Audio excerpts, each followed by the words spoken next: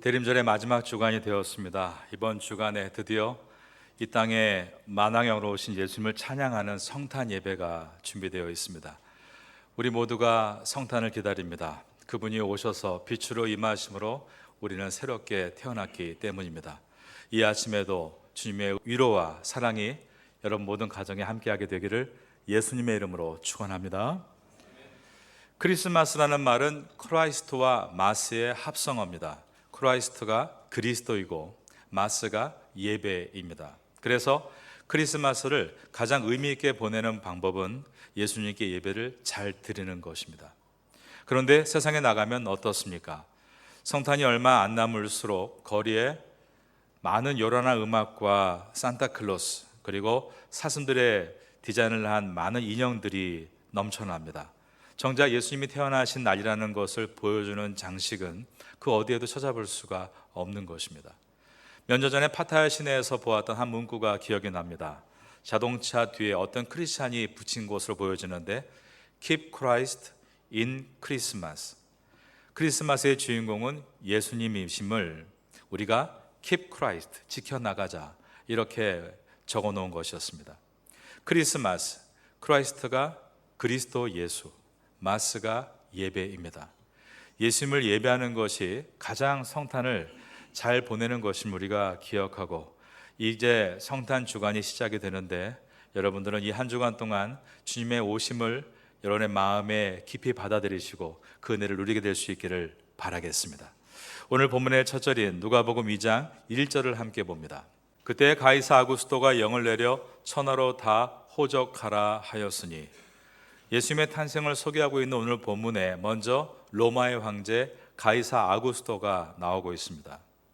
이 사람은 본래가 로마가 태동할 때 막강한 영향력을 줬던 율리어스 시저의 조카 여자 또한 양자였다라고 되어 있습니다. 그 당시에 로마의 문화는 높은 귀족끼리 서로를 양자로 삼는 그래서 한 가족이 되는 일들이 많았던 것입니다. 그러나 율리어스 시저가 브루투스의 배신으로 죽게 되자 양자로서 그의 모든 유산과 권력을 이제 아우구스토가 갖게 됩니다. 악티움 해전에서 우리가 알고 있는 클레오파트라와 안토니우스 연합군을 그가 물리치고 여세를 몰아 로마의 정계에 진출하게 되는데 원로원은 그를 만장일치로 로마의 첫 황제로 추대하게 됐습니다. 로마의 초대 황제, 그가 바로 오늘 본문 2장 1절에 나오고 있는 가이사 아구스토인 것입니다. 그는 로마의 법을 제정했고 세금 체계를 갖추어서 전 세계 모든 지역에 있는 나라들로부터 세금을 거둘 수 있는 시스템을 구축했습니다. 제국 전역에 파발이 빠르게 도착하도록 도로를 만들었는데 우리가 알고 있는 로마로 가는 길입니다. 대단한 정치가요, 행정가였던 것입니다. 그래서 역사학자들은 가이사 아구스토가 다스렸던 41년을 우리가 역사 시간에 배웠죠. 팍스 로마라고 불렀습니다. 팍스 로마는 로마의 평화란 뜻입니다. 심지어 사람들은 아구스토를 통해서 이 평화를 누렸다고 해서 팍스 로마를 팍스 아구스토라고까지 불렀습니다. 1절에서 그때 가이사 아구스토가 영을 내려 그 다음 보면 천하로 다 호적하라 하였으니 천하로 이 말의 뜻은 그 당시의 모든 천하가 가이사 아구스토의 손끝에 있었다라는 뜻입니다. 그가 호적하라라고 명령하자 3절에서 이 명령을 따라 모든 사람이 다 호적하러 고향으로 내려갔던 것입니다.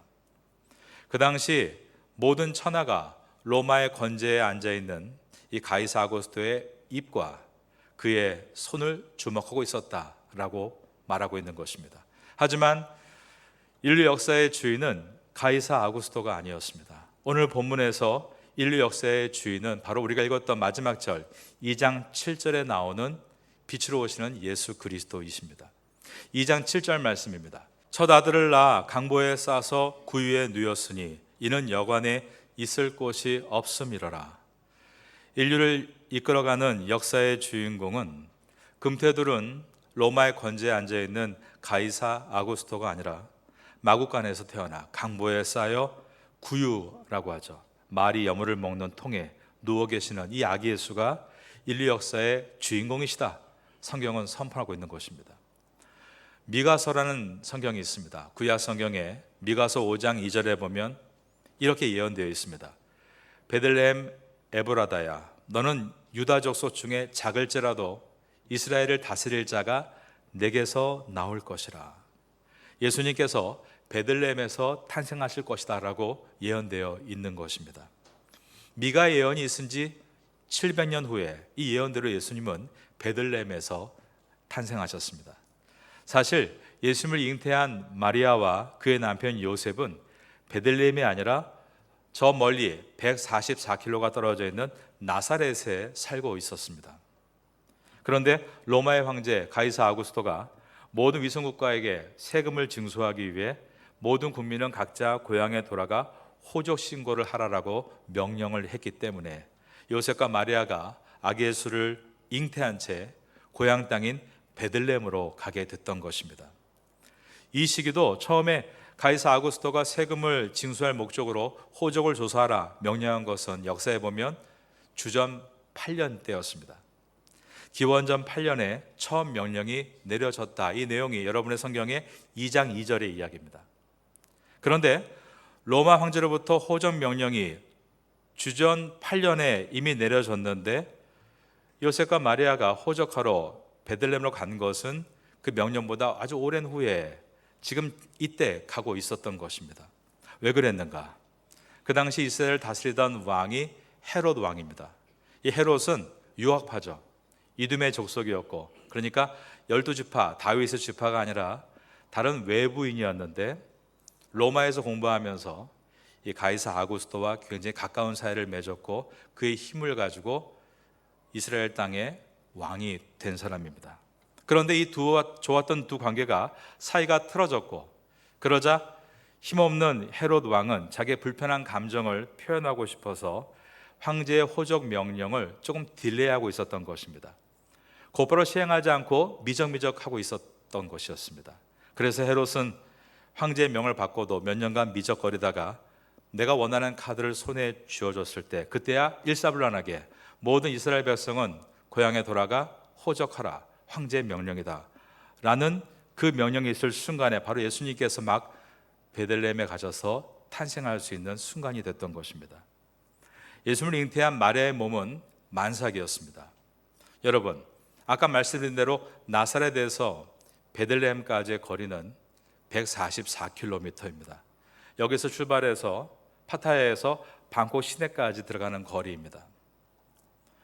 파타야에서 만삭이 된 한 여인이 아기를 출산을 하기 위해 앰뷸런스를 타고 뱅콕에 있는 어떤 큰 병원으로 이송되고 있다. 그러면 모를까? 뜨거운 떼약볕을 맞으며 나귀를 타고 144km를 가야 된다고 한다면 그만 한 입을 줘도 절대 시도하지 않을 일이었습니다. 그런데 엄한 국가의 명령이 떨어진 것입니다. 가지 않을 수가 없었습니다.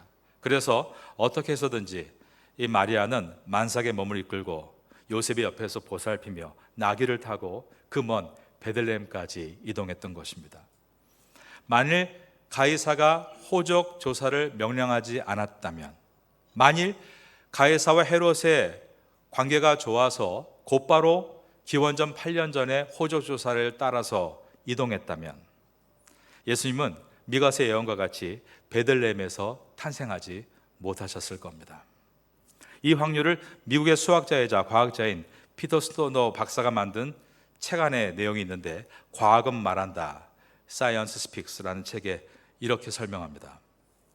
이것은 마치 미국의 두 번째로 큰 주 텍사스주 전체를 은화로 60cm를 덮은 다음 거기에서 붉은 표 마킹을 한 은하 한 입을 꺼낼 만큼의 확률과 같다. 예수님이 구약의 예언대로 그렇게 오실 수 있는 확률은 그렇게 낮다라고 한 것입니다. 그러므로 주님은 이 땅을 구원하시기 위해 예수님을 가장 낮은 자로 베들레헴에 탄생하게 하시기 위해 그 모든 예언을 1.1획도 어김없이 완성시키신 것입니다. 그러므로 역사를 주관하는 이는 로마의 황제 아구스토가 아니었습니다. 하나님의 아들 예수 그리스도이십니다. 아구스토는 예수님의 탄생을 돕는 조연 역할을 감당한 것입니다. 역사의 주연은 예수 그리스도이십니다. 훗날 예수님은 로마어로 된, 헬라어로 된 성경을 통해 역사가 기록이 됩니다. 그리고 로마로 가는 모든 길은 사도 바울을 비롯한 모든 사도들에 의해서 복음의 길이 되었습니다. 로마는 200년 후에 주 313년에 콘스탄티누스 황제가 예수 그리스도를 영접함으로 그는 밀라노 칙령을 통해 예수님을 만왕의 왕으로 모시는 기독교 국가를 선포했습니다. 그러므로 인류의 구원의 역사의 주인공은 예수님이시다. 이것을 오늘날 모든 세계 역사가 말하고 있는 것입니다. 여러분의 가정의 주인도 예수 그리스도이신 줄로 믿습니다. 로마 시대 활동했던 역사학자 수요니토스라는 사람이 있는데 그는 로마 시대의 역사학자다웠게 그 당시에 이 아구스토 황제의 용모를 아주 세밀하게 기록했습니다. 용모와 자태에 기품이 어려있고 언제 어느 때나 그는 아름다워 평생 사람들의 눈길을 끌었다. 그의 파란 눈과 맑고 빛나는 얼굴을 그리고 머리칼은 엷은 금색이었고 약간 곱슬이었다. 역사학자가 말하는 아구스토스의 용모입니다. 격찬을 한 것이죠. 이처럼 세상의 왕은 용모가 뛰어나다라고 격찬을 받았습니다. 그렇다면 참 실체가 되시는 만왕의 왕이신 예수님에 대해서 뭐라고 기록하고 있는가? 특별히 이사야서는 600년 전에 예수님에 대해서 이렇게 예언했습니다. 이사야서 53장 2절에 보면 그는 주 앞에서 자라나기를 연한 순 같고 마른 땅에서 나온 뿌리 같아서 고운 모양도 없고 풍채도 없은즉 우리가 보기에 흠모할 만한 아름다운 것이 없도다라고 했습니다. 예수님은 3년의 공생애를 사시는 동안 한 번도 말을 타고 다니신 적이 없습니다. 마지막 십자가를 지시기 위해서 예루살렘 성에 입성하실 때만 어린 나귀를 타고 들어가셨을 뿐 언제나 주님은 걸어서 복음을 전하셨습니다. 중동의 태양은 태국탕과 굉장히 유사합니다. 얼마나 뜨거운 열기 가운데 그분이 걸으셨을까요? 우리가 지금 한국인으로서 어디 갔다 오라 하면은 걷겠습니까? 만약에 누가 심부름을 해서 저기 저 파타야 따위에 좀 걸어갔다 오라고 하면 누가 걸어오겠습니까? 그런데 예수님은 그 모든 것을 다 걸어서 다니셨다는 것입니다. 예수님은 그와 같이 아름다운 모양이 없으셨습니다. 오직 세상지를 지고 가는 하나님의 어린 양으로 이 땅에 오셔야 됐기 때문에 그분은 처음부터 낮고 낮은 곳에 임하셨습니다. 예수님이 태어나실 때 마구간에서 태어나셨는데 이것도 하나님의 놀라운 계획이었습니다. 방이 없었기 때문에 마구간에 머무르게 되었고 바로 그날 밤 예수께서 태어나심으로 예수님은 마구간에서 또 누일 데가 없어서 구유, 즉 말이 먹는 염을 통해 누이시는 상황이 발생한 것입니다. 2장 6절을 보겠습니다. 거기 있을 그때에 해산할 날이 차서 7절 말씀을 한번 다 같이 읽어보겠습니다. 첫 아들을 낳아 강보에 쌓여 구유에 누였으니 그 이유가 거기에 보니까 이는 여관에 있을 곳이 없음이러라 라고 되어 있습니다. 2000년 전 베들레헴은 그야말로 대목을 맞았던 것입니다. 수많은 외지인들이 호조조사를 하러 모여오고 있었기 때문에 각 숙소마다 손님들로 넘쳐났었습니다.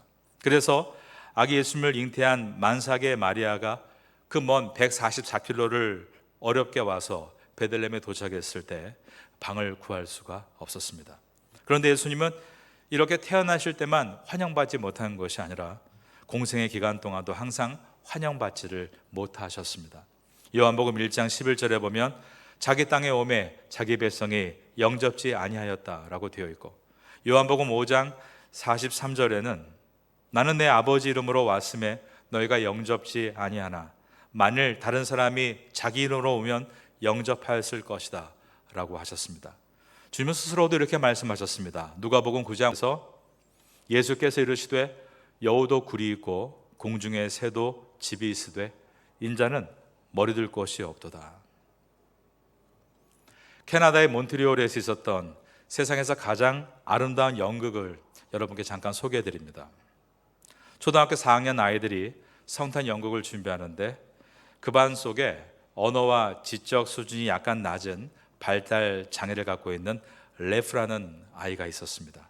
선생님이 이 아이를 애정으로 보아주고 또 이 아이에게도 성탄 연극에 작은 역할을 주려고 애쓰다가 아주 쉬운 역할을 맡긴 것입니다. 그것은 바로 여관 주인 역할이었습니다. 요셉과 마리아가 무대에 설치된 여관문을 똑똑 두드리면 여관 주인이 그 안에서 방 없어요, 이 한마디를 하는 대사였습니다. 렐프가 열심히 연습해서 아주 멋있는 목소리로 말을 잘할 수 있게 됐습니다. 드디어 성탄 연극이 시작이 됐습니다. 만삭인 마리아를 요셉이 부축하면서 여관문을 두드립니다. 방이 있습니까? 랄프는 연습한 대로 방 없어요 라고 대답했습니다. 그러자 거절을 당한 요셉과 마리아가 슬픈 표정으로 발걸음을 돌려 멀어져 가는데 바로 그때였습니다. 이 모습을 보던 렐프가 갑자기 대본에도 없는 말을 하면서 울기 시작한 것입니다. 가지 마세요, 가지 마세요. 요셉, 마리아, 우리 집으로 오세요. 내 방을 써도 돼요. 그러는 바람에 이 연극은 엉망이 됐지만 이 연극은 캐나다에서 그 해에 크리스마스를 빛낸 세상에서 가장 아름다운 연극이라는 내용으로 기사화된 일이 있습니다. 세상은 연중에 크리스마스를 중심으로 해서 그 앞뒤로 송년회, 연말 파티, 망년회 등을 만듭니다. 그 분주함들은 마치 하늘을 향해 외치고 있는 것처럼 보입니다. 방 없어요. 내 마음에는 예수님을 영접할 방이 없어요 라고 말입니다.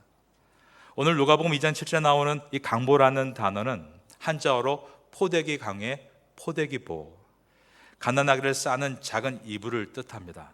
그런데 예수님이 싼 이 강보는 누더기였습니다. 그리고 구유라는 단어가 나오는데 구유는 순우리말로서 짐승을 먹이는 여물, 그 여물을 넣어두는 통을 얘기합니다. 그 더러운 곳에 예수님이 누이신 것입니다. 이 땅의 가장 낮은 곳으로 보내시겠다는 하늘 아버지의 약속을 완성하시기 위해서였습니다. 그러므로 어느 부모도 자식에게 하지 않을 일을 하나님께서 예수님에게 하신 것입니다.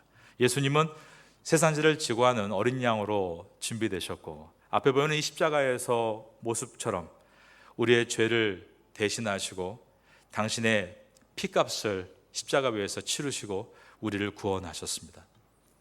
발달장애를 가지고 있던 귀염둥이 렐프가 가지 마세요, 방이 있어요, 내 방을 쓰세요 라고 말해서 연극을 마쳤지만 그 따뜻한 고백이 크리스마스의 진정한 의미를 되새기게 한 것처럼 성탄에 우리가 해야 될 가장 진정한 것은 하나님 앞에 진지한 마음으로 그분을 고요하게 오늘 제목과 같이 온전하게 예배 드리는 것입니다. 바로 이것이 이 태고 땅에 25일도 공휴일이 아닌 이 태고 땅에 복음의 씨앗을 심는 첫걸음이 될 수 있기 때문입니다. 내 마음에 빈 방이 없습니다. 그러한 분주한 연말이 아니라 내 마음에 빈 방이 있습니다. 내 마음으로 들어오십시오.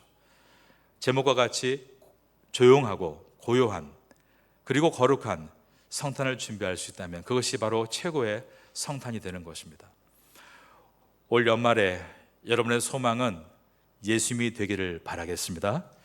예수님이 여러분의 소망이 되셔서 성탄의 그 고요한 기쁨을 얻게 되는 우리 모두가 될 수 있기를 마지막으로 예수님의 이름으로 축원합니다.